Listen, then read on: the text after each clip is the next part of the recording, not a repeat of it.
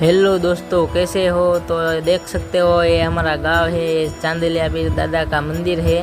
वहाँ पे आज से भाद्रवा महीना शुरू हो गया है, तो हम अपने पूर्वजों को जल चढ़ाने जा रहे हैं।